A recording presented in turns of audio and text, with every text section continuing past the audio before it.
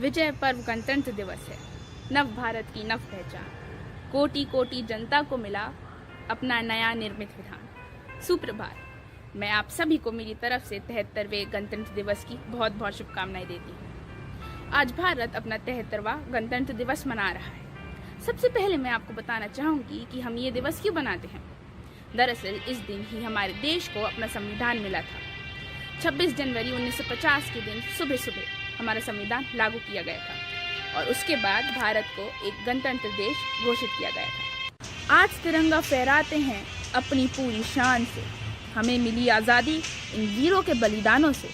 आज़ादी की हमारी लंबी चली लड़ाई थी, लाखों लोगों ने प्राणों से कीमत बड़ी चुकाई थी। अपना बिजनेस लेकर आए थे और छल से हम पर राज किया। हमको आपस में लड़वाने की नीति पर उन्होंने काम किया। हमने अपना गौरव पाया अपने स्वाभिमान से। हमें मिली आज़ादी इन वीर शहीदों के बलिदानों से। गांधी, तिलक, सुभाष का प्यारा ये देश है।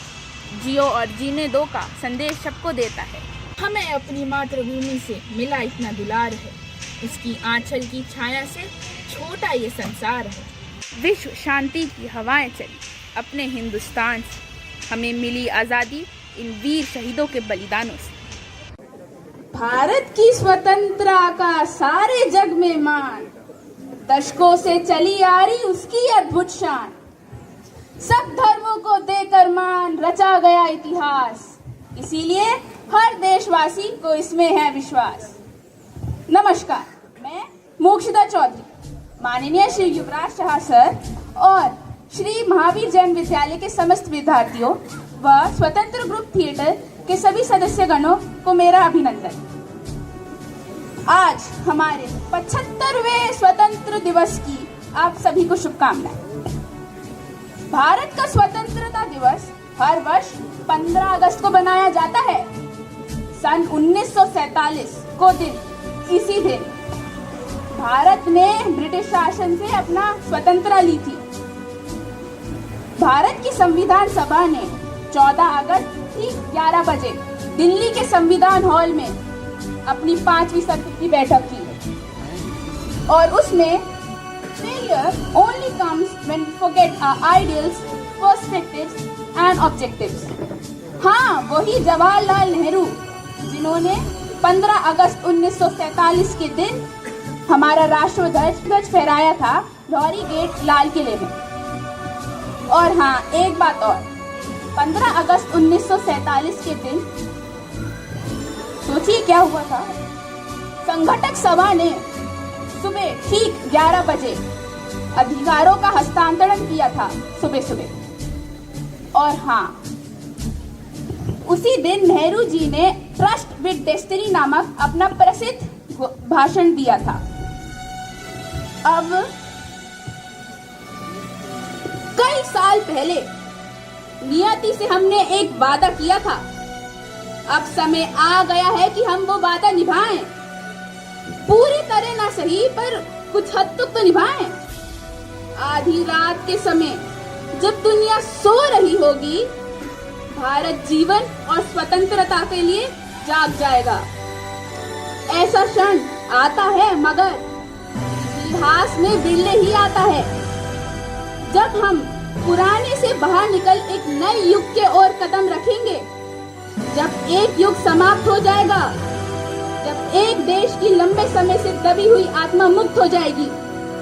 ये संयोग ही तो है जो पवित्र अवसर पर हम भारत और उसके लोगों की सेवा करने के लिए, सबसे बढ़कर मानवता की सेवा करने के लिए, समर्पित करने के लिए प्रतिज्ञा ले रहे हैं।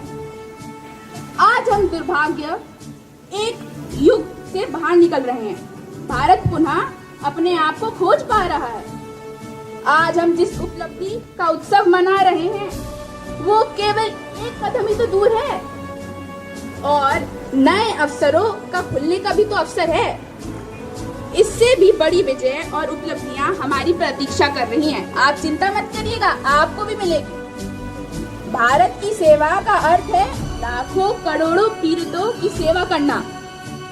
इसका अर्थ है निर्धनता, अज्ञानता और असमानता को मिटाना। हमारी पीढ़ी के सबसे महान व्यक्ति की यही इच्छा थी कि हर आंख से आंसू मिट जाए।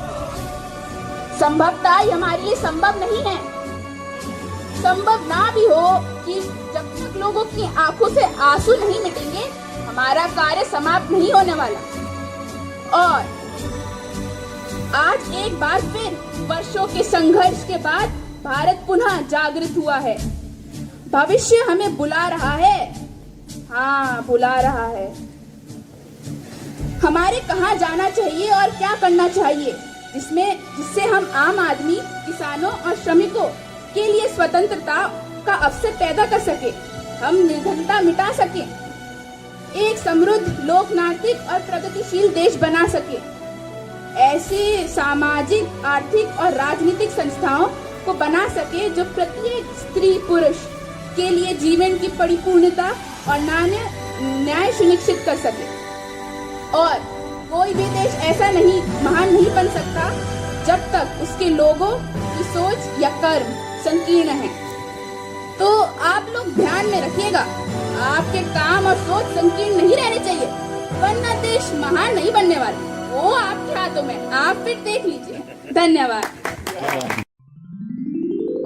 शुभ्र ज्योत्स्ना पुलकितया